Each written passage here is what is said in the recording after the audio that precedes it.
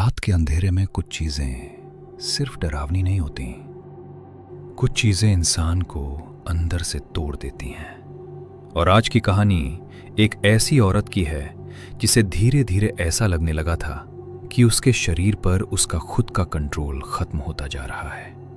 सबसे डरावनी बात क्या थी पता है? उसे कुछ याद ही नहीं रहता था। और उससे भी ज्यादा खतरनाक थे वो लोग जो उसकी मजबूरी का फायदा उठाकर भगवान के नाम पर उसे लूट रहे थे। तो अगर आप ये कहानी रात में अकेले सुन रहे हैं तो लाइट बंद करने से पहले एक बार जरूर सोच लीजिएगा, क्योंकि ये कहानी खत्म होने के बाद शायद आपको भी कुछ देर तक अपने पीछे किसी के होने का एहसास हो। करीब 3 साल पहले की बात है। काजल अपनी छोटी सी फैमिली के साथ बहुत खुश थी। पति, 2 बेटियां और एक बिल्कुल नॉर्मल जिंदगी। उनकी बड़ी बेटी का एक छोटा सा सैलून था जहां उसकी 2 खास दोस्त सिया और वर्षा अक्सर आया करती थीं। चारों के बीच इतनी अच्छी बॉन्डिंग थी कि आधा दिन हंसी मजाक में निकल जाता था। लेकिन उन्हें क्या पता था कि एक छोटी सी गलती उनकी जिंदगी को हमेशा के लिए बदल देगी। उन दिनों पितृपक्ष चल रहा था। एक दिन सबने मिलकर फैसला किया कि थोड़ा बाहर घूमने चलते हैं, समुद्र किनारे। काजल कई दिनों से अजीब बेचैनी महसूस कर रही थी। उसे शांति चाहिए थी, भीड़ से दूर, बस कुछ पल सुकून के। और सच कहूं, उस दिन समुद्र किनारा किसी सपने जैसा लग रहा था। हल्की हवा, दूर टकराती लहरों की आवाज, डूबता सूरज और चारों तरफ एक अजीब सी शांति। सब लोग मस्ती कर रहे थे। लेकिन तभी काजल धीरे धीरे पानी में थोड़ा आगे चली गई और अचानक उसके पैर में कुछ बुरी तरह चुभ गया। जब उसने नीचे देखा तो एक छोटी सी सफेद हड्डी का टुकड़ा उसके तलवे में धंसा हुआ था। उस जगह से हल्का खून निकल रहा था। उसका पति तुरंत भाग कर आया। क्या हुआ काजल? काजल ने पैर दिखाया। उसका पति घबरा तो गया, लेकिन बच्चों के सामने माहौल खराब नहीं करना चाहता था। उसने समुद्र के पानी से पैर साफ किया और धीरे से बोला, अभी किसी को मत बताना, छोटी सी चोट है। काजल चुप हो गई, लेकिन उसी पल उसे पहली बार ऐसा महसूस हुआ जैसे किसी ने उसके पैर को पकड़ लिया हो। उस रात काजल को एक बहुत अजीब सपना आया। इतना अजीब कि सुबह उठने के बाद भी उसका दिल जोर जोर से धड़क रहा था। उसे सपना पूरा याद नहीं था, बस इतना याद था, कोई उसे घूर रहा था, बहुत करीब से। लेकिन उसने किसी को कुछ नहीं बताया।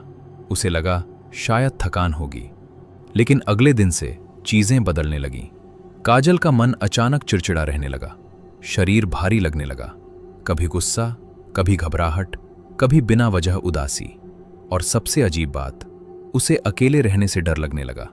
वो अपनी बेटी के सैलून चली जाती, सिया और वर्षा से बातें करती, तभी थोड़ा अच्छा महसूस होता। एक दिन दोपहर करीब 3 बजे सब लोग लंच के लिए काजल के घर पहुंचे। रास्ते में उन्हें सड़क पर नींबू मिर्ची पड़ी दिखी।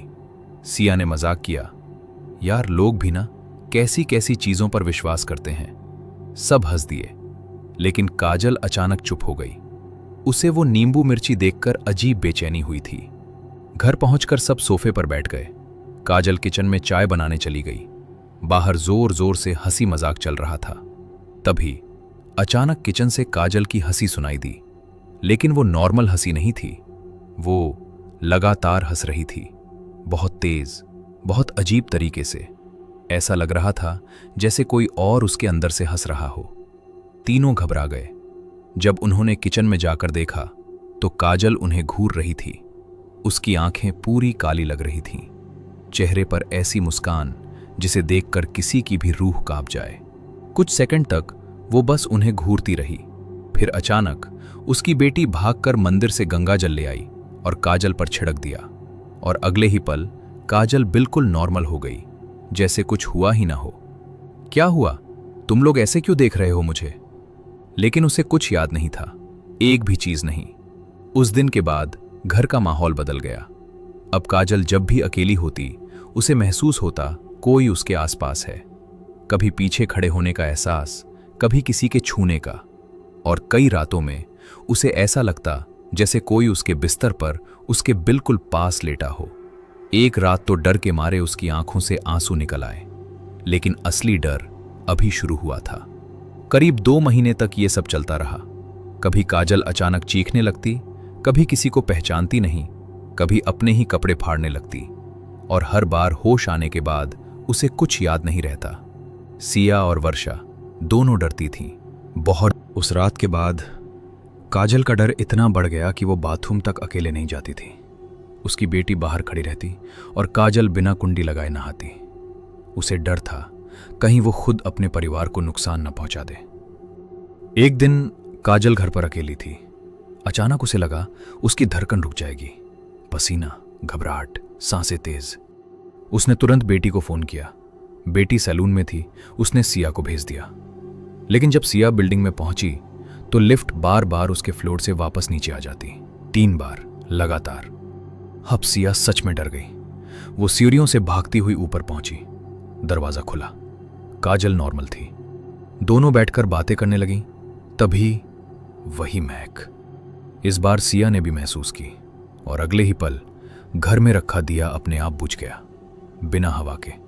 पूरा कमरा जैसे अचानक ठंडा पड़ गया।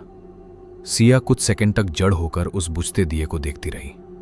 फिर उसने तुरंत काजल का हाथ पकड़ा और बिना दरवाजा लॉक किए उसे लेकर भाग गई। अब तक पूरा परिवार टूट चुका था। भगवान पर भरोसा खत्म हो रहा था, पैसे खत्म हो रहे थे, और डर हर दिन बढ़ता जा रहा था। लेकिन तभी काजल के पति ने उस पहले वाले बाबा से दोबारा संपर्क किया, जिसे काजल चाचा कहकर बुलाती थी। उन्होंने कहा, बस एक बार आ जाइए, मेरी पत्नी को बचा लीजिए। जिस दिन वो बाबा घर आए, घर में अजीब सन्नाटा था। उन्होंने आते ही कहा, जब तक क्रिया खत्म ना हो मुझे कुछ मत देना।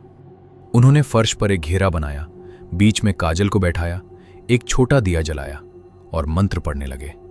कुछ मिनट तक सब नॉर्मल रहा। फिर अचानक काजल का शरीर कांपने लगा। उसकी गर्दन धीरे धीरे टेढ़ी हुई और उसने आंखें खोलकर बाबा को देखा। मैं इसे छोड़कर नहीं जाऊंगा। कमरे का माहौल जम चुका था। बाबा शांत बैठे रहे। उन्होंने तेल और पानी मंगवाया। मंत्र पढ़ते हुए एक एक बूंद पानी में डालने लगे, और हर बूंद के साथ काजल दर्द से चीखने लगी। मुझे छोड़ दो, मैं चला जाऊंगा। उसकी आवाज पूरे घर में गूंज रही थी, लेकिन बाबा रुक नहीं रहे थे। मंत्र तेज होते गए, और कुछ देर बाद अचानक काजल पूरी तरह शांत हो गई। उसके बाल नीचे गिर गए, चेहरा नॉर्मल हो गया, और कमरे में फैली वो भारी हवा धीरे धीरे खत्म होने लगी। बाबा जाते वक्त सिर्फ इतना बोले, अब ये वापस नहीं आएगा। लेकिन सबसे डरावनी बात क्या थी पता है? उन्होंने कभी ये नहीं बताया कि वो चीज आखिर आई कहां से थी। बाद में जब काजल की बेटी ने जिद की, तब बाबा ने उसे अकेले में बताया, वो कोई साधारण आत्मा नहीं थी। जिंदगी में बहुत गंदा इंसान था। औरतों पर बुरी नजर रखता था, शराब और जुए में डूबा रहता था, और शायद समुद्र किनारे मिली वो हड्डी उसी से जुड़ी हुई थी। धीरे धीरे सब नॉर्मल हो गया। काजल ठीक होने लगी। घर में फिर से हंसी लौट आई। लेकिन आज भी जब वो उस समय को याद करती है तो एक बात जरूर कहती है, अगर मेरी बेटियां और मेरे दोस्त मेरा साथ न देते तो शायद मैं आज जिंदा नहीं होती। तो दोस्तों, आप क्या सोचते हैं? क्या सच में कोई साया काजल के पीछे पड़ गया था, या फिर ये सब उसके दिमाग का खेल था? अपनी राय कमेंट में जरूर बताइएगा। अगर आपको ये कहानी पसंद आई हो तो वीडियो को लाइक करें, चैनल को सब्सक्राइब करें और बेल आइकन जरूर दबाएं, क्योंकि मिडनाइट कहानियां बाय सचिन पर हर कहानी सिर्फ कहानी नहीं होती, कुछ कहानियां सुनने वाले का पीछा भी करती हैं। मिलते हैं अगली और भी डरावनी कहानी में। तब तक रात में अकेले पीछे मुड़कर मत देखिएगा।